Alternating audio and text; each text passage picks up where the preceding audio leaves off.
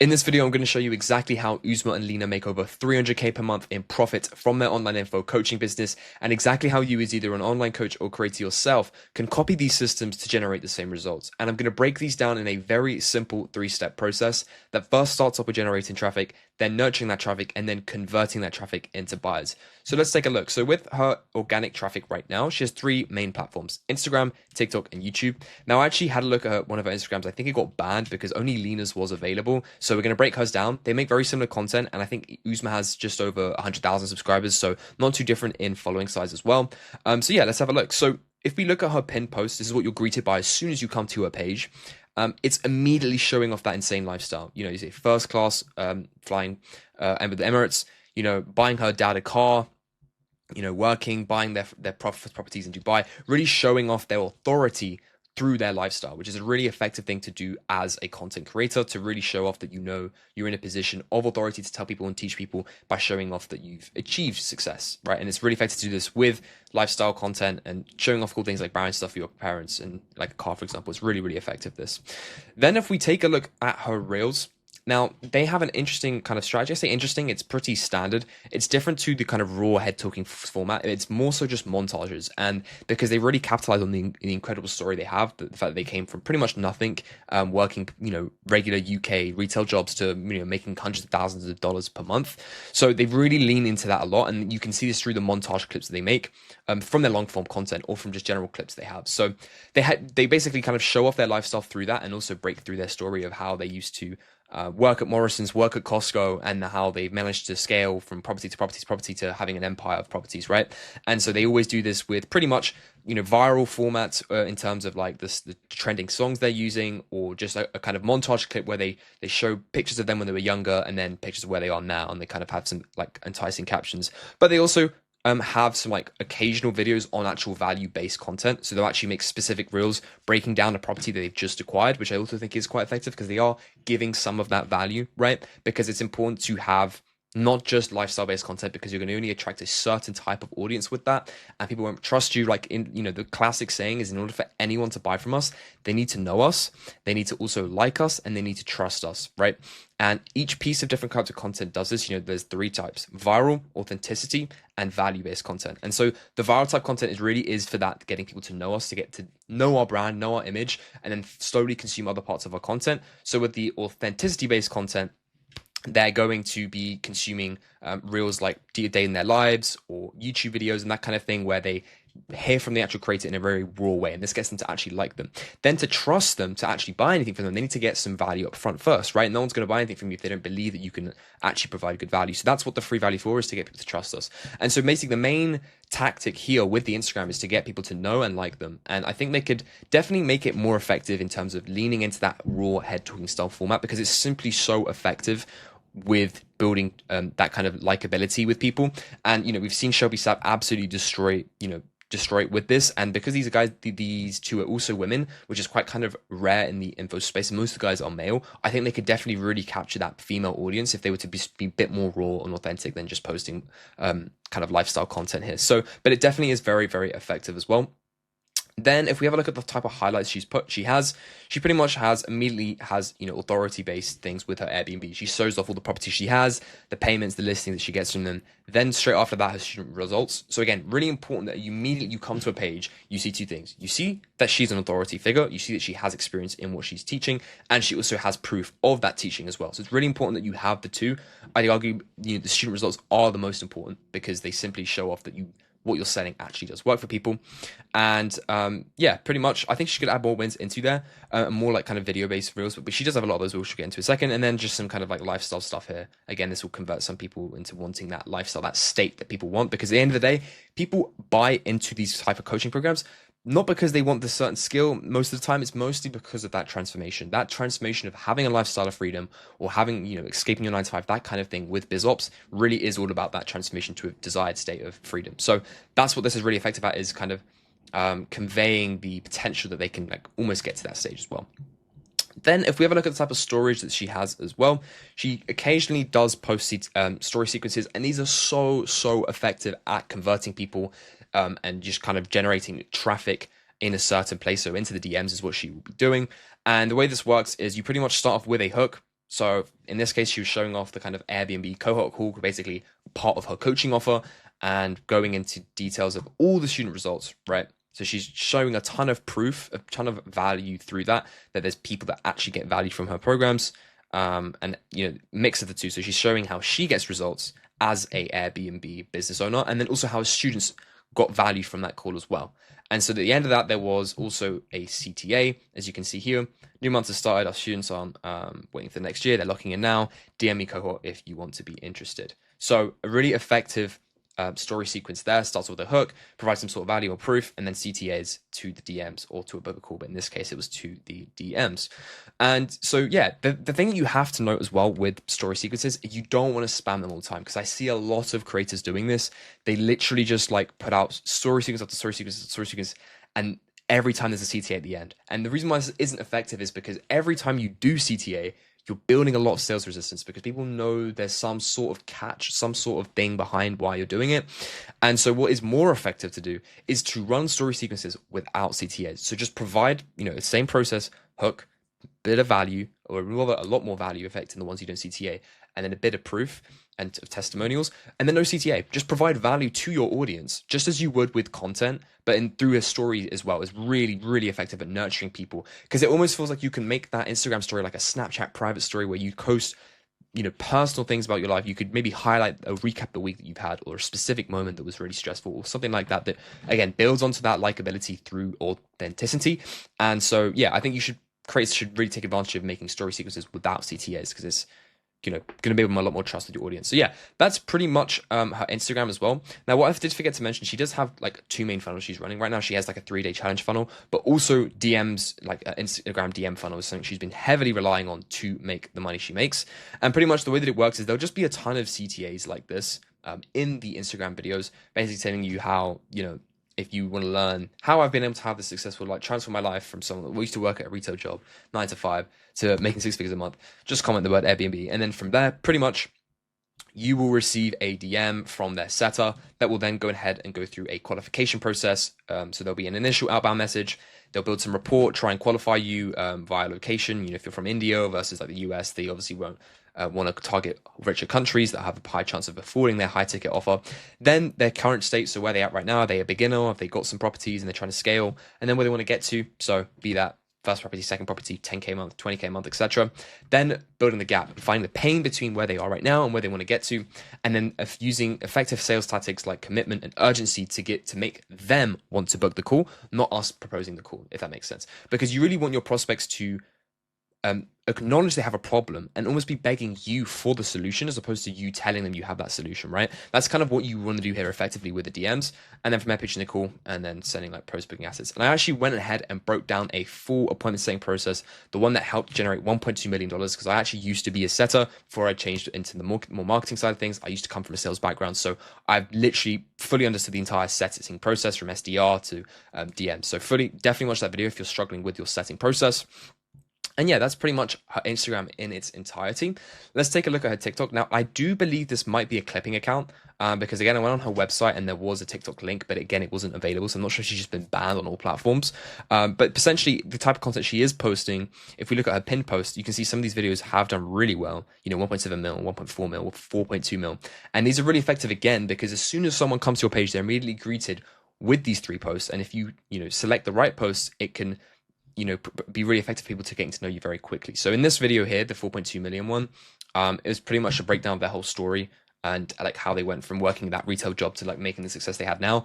So it's really, really effective in conveying the story, it's selling them emotionally on how they are so successful, because it's so important to use emotions with your content, because that's exactly how people do buy at the end of the day. Most people buy it emotionally. So it's really effective to have that. So yeah, pretty much just shows authority with those high views, and also just the story gets people to know them very quickly.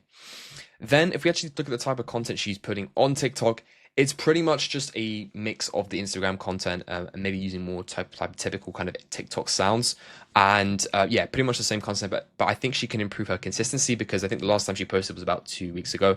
I think the reason why they're not putting out as much content is because they had that 3-day challenge event, which requires a lot of content up front. So they're probably kind of recouping before they'll get back onto it again. But they definitely should be really consistent with this, because the ones that are doing a mil a month, right? Very different to 300 or 500K a month, which they might be doing. So it's really important to be consistent, posting like multiple times per per day. It's what Brez, TGR, and Shelby Sapp do. They all post multiple times, at least 2 times per day, and it's really effective for consistently engaging with that audience. And then again, like I mentioned before, I really do think they could benefit from posting raw head talking style videos like Shelby Sapp, simply because again they are females. They have a unique angle to have made so much money as a female guest entrepreneur, which isn't as common in the space. So they could really lean into that, just like Shelby has.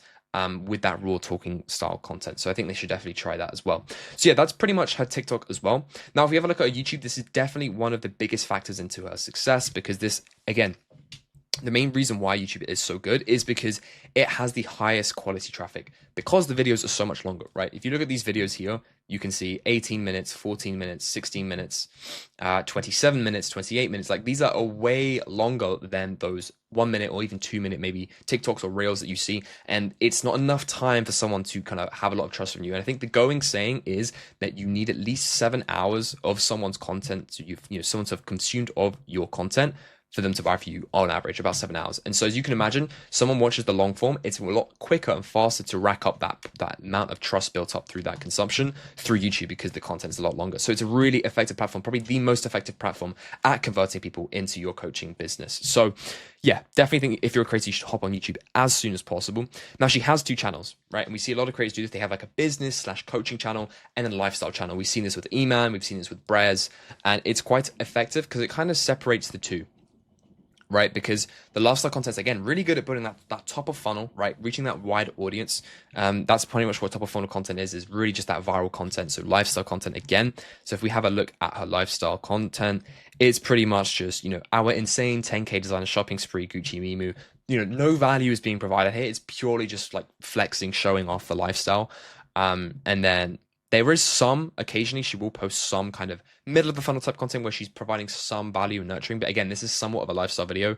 But she's just showing like kind of the lifestyle behind the scenes of the Airbnb property and how she onboarded a 250K property at 23. So this is kind of a mix between, it's not really a bottom of the funnel content. She doesn't really have any student interviews on this page. It's literally just like lifestyle, like villa hunting, tour of Dubai property. So this is effective because it's their property, but it's also related to their business. So again, that's more like a middle funnel type of content. Then a week in the life of a female CEO in Saudi Arabia, top of funnel. Really, really effective. You can see the numbers do reflect that, like, consistently averaging about 50K views. And so, yeah, very, very effective indeed. Just day in the lives, fancy vacations, shopping sprees, very, very effective at generating that insane amount of views and also just insane amount of authority through the lifestyle that they live. And then if we ever look at her business channel, this is where the actual converting occurs, because, no one's going to buy if they just see the lifestyle. Some people will buy, but not as many, and not as high quality people will buy as well. So this is what this channel's for, is to then show off all the student interviews that she has. So she has a bunch here, which is really, really nice. Full-on interviews, and they're quite effective because they're interactive. They're like them walking through their property in real time, not just like a typical Google Meet sit down where, they're just interviewing over the phone. I think these are really effective ways of filming student testimonials. They're actually in the flesh and also like showing the actual property. Now, obviously they do have some where they're in person, but like ones like this where they're in person, online versus in person are much more effective. And so, yeah, pretty much very effective. This will convert people, right? Because student results are super important. Like, you need to see tangible results that other people have gotten before you buy into something, simply because humans buy on social proof. This is one of the major psychological factors that get people to buy, is from that social proof. So that's what's super effective from him. And yeah, what's important as well, she has a massive variety of different types of testimonials, which again is something I see creators need to have more of an emphasis on too, is getting a variety of testimonials, not just spamming your Discord, like a bunch of Discord wins or Slack wins or whatever, but having video testimonials with different types of people, because there'll be different types of members of your audience that will probably buy a lot more if they see someone that's just like them, right? And so it's really important to have a variety of different people, like men, women, different ages. So depending on what your ICP is, as you can see here, he has like more of like an older kind of guy that's in his like late, maybe early 30s. This guy looks like he's in his young 20s. This woman looks like she's in her young 20s. So he's reaching both audiences, because if you see a testimonials full of men, then women are not going to be as appealed or more not believe into the offer as much, because if they see a woman that's actually like them, it feels much more realistic to them. So it's really important to have that variety there. So yeah, this is definitely super, super effective with the type of content that she's posting.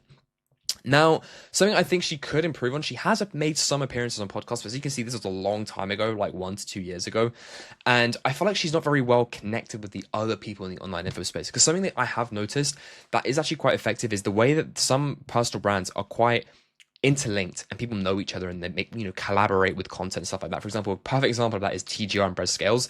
You kind of see them sometimes interacting together in person, or like kind of not beating each other, but trolling each other online, like with the whole cracking thing, right? And so I think it'd be effective for them to kind of network and be shown on other people's platforms, because not only does that show like more proof that you actually are, a real person that's done well because you're networking with such high level individuals, but also because you can leverage those other personal brands to attract people to your own offer. So it's really effective to kind of hop on other podcasts, platforms, and share your story, right? So I think they could definitely improve on that as well. So yeah, that's pretty much the entire organic process that Uzma and Leena are using. Now, in terms of running ads, I'm not 100% sure, but I don't believe they're running ads because, I mean, their Instagram account did get taken down, so I couldn't check on Meta Library if they did have them. But if they aren't, they should definitely start running them, because they could definitely run a lot more traffic to their pages with retargeting ads. And what those are essentially are ads that are catered to people that already know who you are and have already watched and follow your content. And what this does is it forces them to watch more of your content to get further nurtured. Like I said, making sure they hit those 7 hours of content being consumed so that they'll buy from you as well, or be directed to different parts of your funnel. But then also running cold ads traffic to her 3-day challenge, which is basically like a webinar across 3 days, which is also going to generate just more numbers as well. So yeah, pretty much I think if she's not running that already, she should definitely run that as well. Now let's have a look at the actual 3-day challenge funnel that she ran. Now I think this is the first time that she ran this. And essentially what this is like a 3-day webinar, pretty much. A ton of value, ton of content provided over 3 days with CTAs in each one, or depending on when you decide to pitch. So in this case, she pitched on day 1. Now, it could be more effective to pitch on day 2 or day 3. It really depends on a lot of factors. But in this case, she did pitch on day 1. And the reason why is obviously because you can imagine the amount of people that register and show up to each call will drop over time, simply just that's just how it is. But let's have a look at this right now. So she has a landing page. So she was directing all this traffic at the time when she was posting over the last month, all straight to this page from a TikTok, a YouTube, Instagram, all was going to this landing page here. And it's pretty much just like a mini video introducing like a mini VSL basically on why they should opt in for the webinar, what they're going to receive, how they can transform their life, leave their 9 to 5 through Airbnb. And so, yeah, what I also quite like as well, if we break down some of the copy, is it's a very realistic headline, right? Discover how to secure your first Airbnb property and make 1.5 to 2K per month. This is no crazy headline of 10, 20K. And I say crazy, but like it's not like those numbers aren't possible. It's just these are very, very realistic, like very, very realistic. And I quite like that because the recipient, the consumer, will also see this as well. Because when you see 10K a month, it's like, wow, I can make 10K a month. But this just seems more realistic. So I quite think that's very effective. Then to add to that, in the sub headline, there are some like, without buying property, without a mortgage, without the years of the same experience. This just breaks limiting beliefs, basically common objections that people might have, which gives them a reason to sign up for the 3-day challenge. Then she explains the value in terms of what they'll get. They'll get scripts. They'll be able to learn how to negotiate, how to create irresistible listings. And then a nice CTA here with a nice, static copy here. As you can see, it's kind of viewed as £97, but it's now free. So quite effective that. And then introducing themselves in a bit more depth in case people didn't know their full story. And then again, calls out their ICP. Super effective to always do this on kind of landing pages with the copy. Massive audience, like the TAM that she's reaching. 9 to 5ers, uni students, career switchers, side hustlers, complete beginners, corporate professionals. She's reaching a massive TAM, which is basically the total addressable market. And it's important that you have, I say important, but it's a lot more easier and more effective to scale if you reach a wider audience, right? That total addressable market, if you have a wider one, then you reach 9 to 5ers as opposed to, let's just say, retirees, for example. Like retirees are a big audience, but if you can do 9 to 5ers, students, and career switchers, there's a much bigger audience than just retirees, or the same as let's say college students versus 9 to 5s. Like there's a much bigger audience of 9 to 5ers. So yeah, definitely really effective to have a wide audience as possible, depending on what offer you want to sell to. It's not to say that you need to have that, because you can still sell to a small audience and make a ton of money. It really just depends on the type of offer you have. But with their offer, they're kind of going for the biz op, the kind of really how you can go from beginning to making money online. That's their ICP. So that's how they're doing that quite effectively. Then, just pretty much more details about the 3-day challenge. And then some more FAQs. So the FAQs are really effective to have on a bunch of pages. You should have this on, the front end and also on after someone's booked in a call, because this will just pre-handle any objections someone might have. So do they need to own a property? Is this legal? How much time will this take? So, really leaning into those people that already have a 9 to 5 job, but also want to run up the Airbnb business on the side, which will be a large part of their audience. So they're really handling that as well. So super effective indeed. I think they could add a CTA just at the bottom here as well, just in case people scroll here, because they might have to scroll up. It could potentially reduce the conversion, but not too deep. But yeah, definitely a really effective copy. Now from here, as soon as you click that register button, so that button right here, you will be taken to an opt-in page. And now this is consistently what you'll see in all webinars or any challenge, is some way of capturing your details to give you the information required for the webinar. So, sending you the link through your emails, but also to send you an email reminder sequence, and then also your phone number so they can send you a reminder sequence, but also for the sales team to use, because what they'll do with this is after everyone has attended the webinar and the webinar time frame is finished, they'll then have a sales team that will dial all of those people up, depending on if they opted in, if they booked a call, if they didn't, and then trying to convert them in again into booking in a call through that. So it's really effective to have this, and obviously it means you can then send them in marketing campaigns, which will further nurture people as well. So pretty much put in your details here, and then you're taken to this congratulations page. I think it would be nice if they had a bit of a confirmation video, would have been a bit of a nicer touch. But yeah, they pretty much just break down via text what will happen. So you'll join a school group, and then you'll check your inbox for the emails to make sure they're not in your spam, because it's really important you make sure people see your emails, because it increases the chance of showing up and being warmer for the webinar. And then, yeah, just more details about the event as well. So really, really effective indeed here. And so, yeah, pretty much the school that you're taking to, I thought this was really, really clever. Now, most people, when they run webinars, they might run them, channel people into a Telegram group, or like a close friend story, an Instagram private channel, or some sort of way you can communicate with everyone in that group, because it really just feels more personal, more direct. Like with Brez is running a challenge funnel right now, or some kind of like 3 day event, and he's got everyone in WhatsApp groups. So you can choose what you want to do, but School is a decent platform to do this, so definitely quite effective. And as you can see here, it has like the community section, it has a classroom section, and those are the two main parts here. So you can basically make posts. It's a bit like Twitter in this sense. And so pretty much they have an introductory post that they get people to fill out.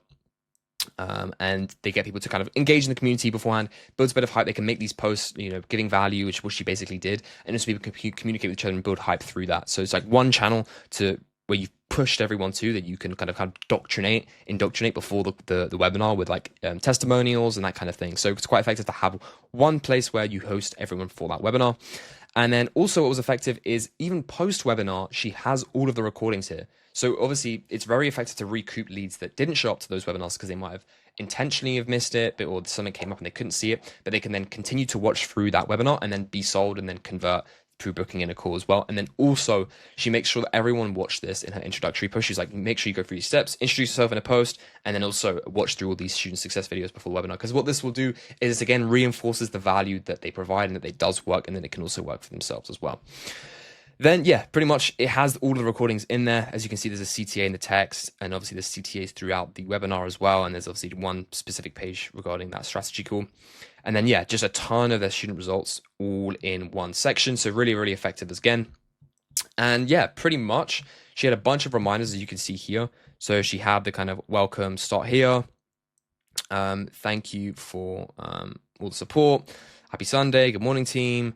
The cool set, building up kind of a decent amount of hype, because you can see an hour before, then when it went live, and then details about the replays, and then continue to add reminders for the following days then after. So really effective, because then people will have a high show up rate through that. But obviously she does have emails that she's sending out as well. So she was sending those about 24 hours, 12 hours, 6 hours, and then 3 hours, 15 minutes before, and then 30 minutes after the call had started as well. So yeah, that's pretty much a very effective show sequence that she has in place.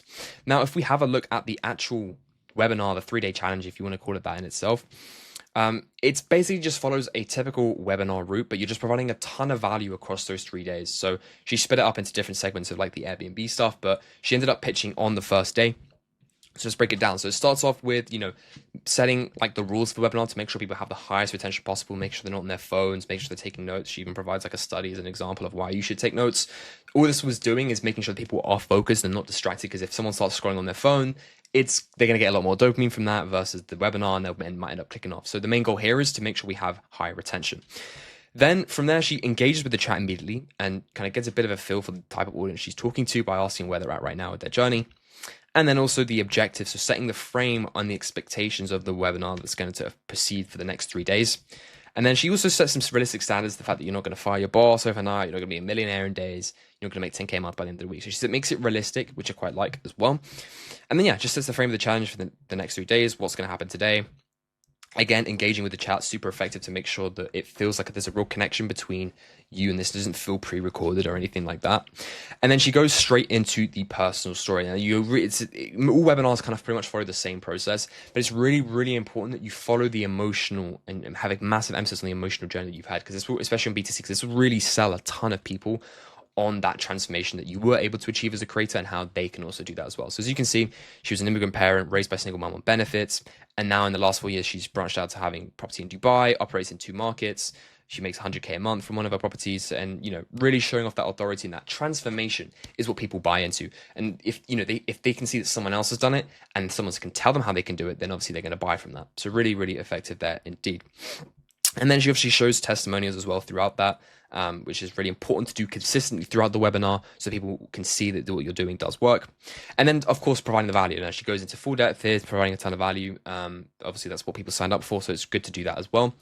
But then what I thought was very interesting is she had this page of like a VIP thing. So she was running like a private Q&A call with the two of them. And that was like a kind of like a week or like 4 or 5 days after the first webinar was.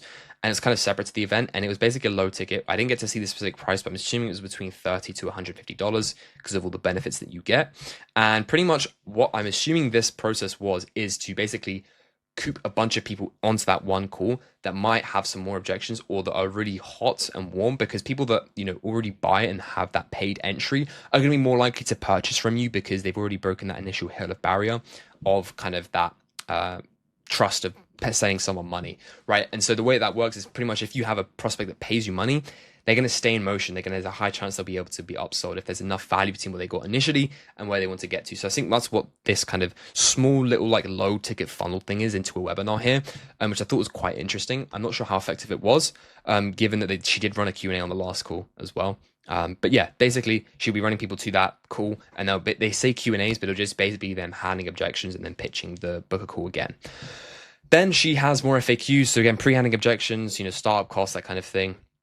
And then she does a bit of future pacing as well, which is really important to do. And what this means is like getting the audience to imagine where they want to get to versus where they are now. So how much money they want to make, what it will look like, what their lifestyle will look like at that point, and then showing off testimonials of people that have achieved that. Again, really tying it back into those testimonials and then transitioning into a pitch, right? And we see this all the time. So normally there'll basically be the fact that you can learn all this yourself, but it's a lot harder to go alone versus going together.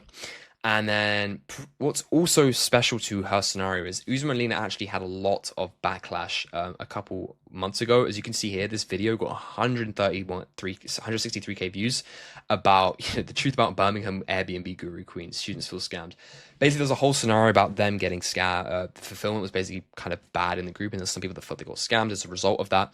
But, you know, this happens with all creators. You know, this has happened with E-Man, this has happened with Brez, this has happened with TDR. There's always going to be people that feel like they've been sold to. And the way that you combat this is by having just 100% super effective fulfillment process, right?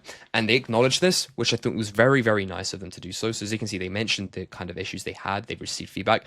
They said they took a big step back, and the full transparency of the issue. They, you know, they invest into further education. I'm guessing they got more help with how to run their coaching business, and they listened to the fact that they had not enough one-on-one support. So that was the big thing they were lacking, and so they found a way to effectively add that back into their offer. And then she basically go ahead and pitches. And I think this is a massive part of Info, because Info has a bit of a bad reputation with fulfillment and, you know, selling courses, selling scams, whatever. But if you have good fulfillment, it's the complete opposite, because you're just changing lives, right? And I've seen it happen time and time again. If you have good fulfillment, then you're going to change lives and you get that fulfillment yourself. And then you'll now have to deal with issues like videos like this being made of yourself. But this naturally does just simply happen as you get bigger as a creator. So it's not something to worry about at all. So yeah, she pretty much then just goes and pitches her offer, you know, the B&B blueprint, and then like kind of everything you get into it. So all the content, all the plug and play systems, private community support.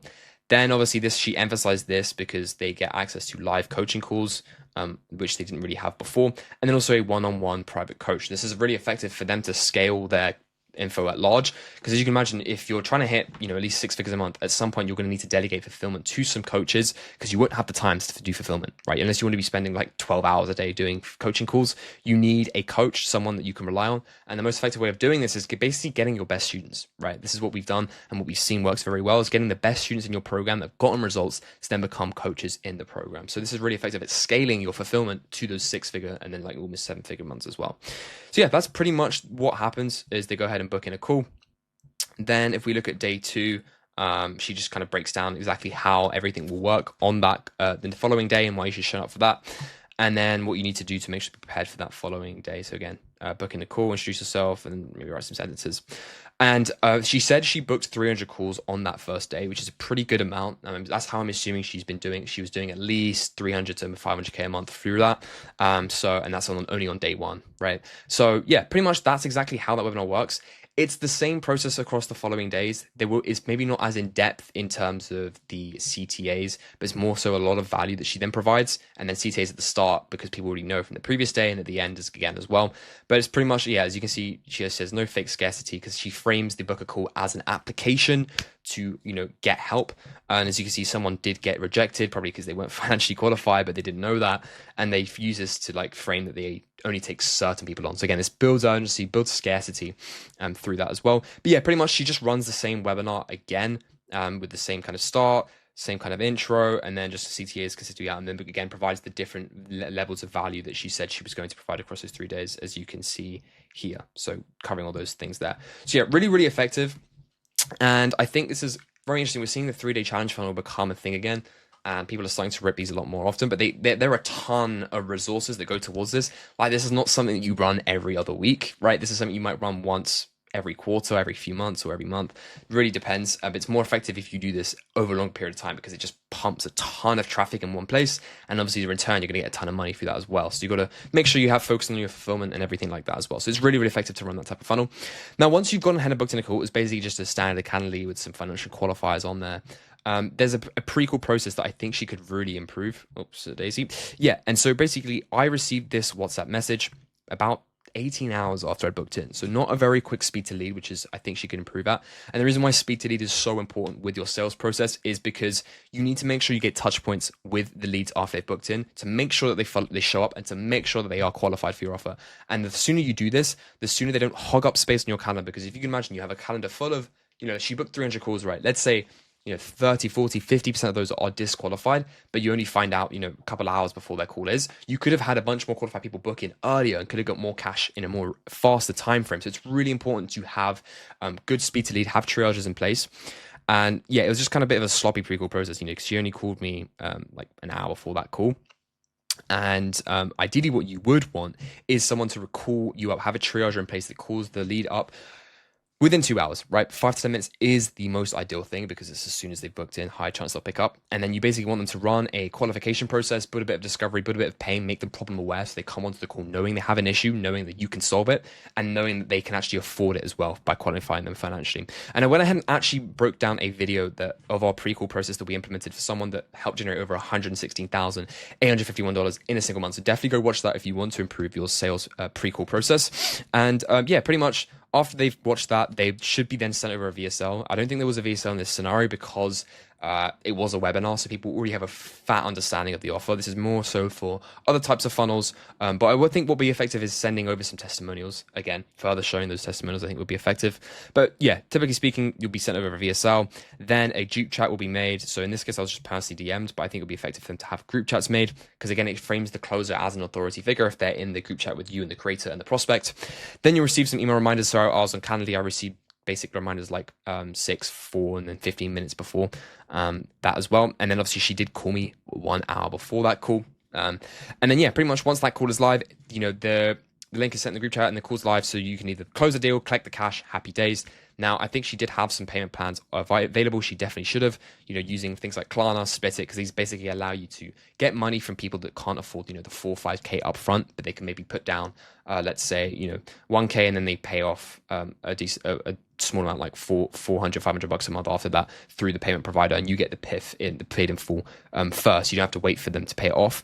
So it's really effective to have those payment options. But if they weren't closed, then they'll either have no-showed, and in this scenario, the setter will dial those leads up 7 times every day to make sure that you can try and contact that lead that didn't show up and get them booked in for the call. Then if they no close, the lead will get nurtured with free emails, free resources to see if they can be recouped for whatever reason.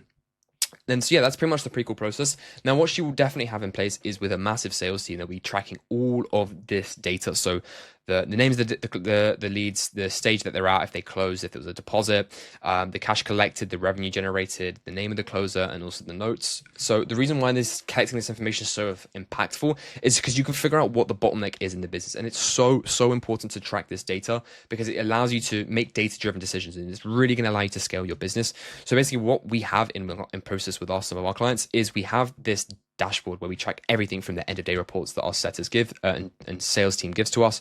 So we find everything, the cash collected, the average sets per day, the total lead to booking rate, the total outbound to booking rate, everything, so we can figure out what is the issue. So for example, if we find from all of these notes that we're finding out a lot of people aren't buying because they don't trust, like this lead was a bit cold, didn't really trust us, then we need to change our content, we need to change the type of angle of our ads or whatever that is. And then if our cash collected is poor, is it an issue with the sales rep? Are they not able to collect enough cash? If it's a close rate issue, is it an issue with the rep themselves? If it's a sharp rate issue, is it an issue with our pre-call process? With the speed to lead in this scenario, I think could be an issue for her. And so, yeah, that's what the data allows you to do. So yeah, that's pretty much everything that Uzma and Leena have in place that allows them to hit that multiple six-figure a month mark. So if you're a creator that wants to have this implemented into your own business, a 3-day challenge funnel, webinar funnel, VSL funnel, whatever it is, and you want help with the content, the back end, creating your offer, the copywriting, everything pretty much that will allow you to scale to those six-figure months, then just go ahead and book a call down below. I can diagnose your entire business right now, or if you don't have one, build you a strategy on how you can scale your info. So yeah, go ahead and book in a call down below. That's pretty much it from me. Take care and peace.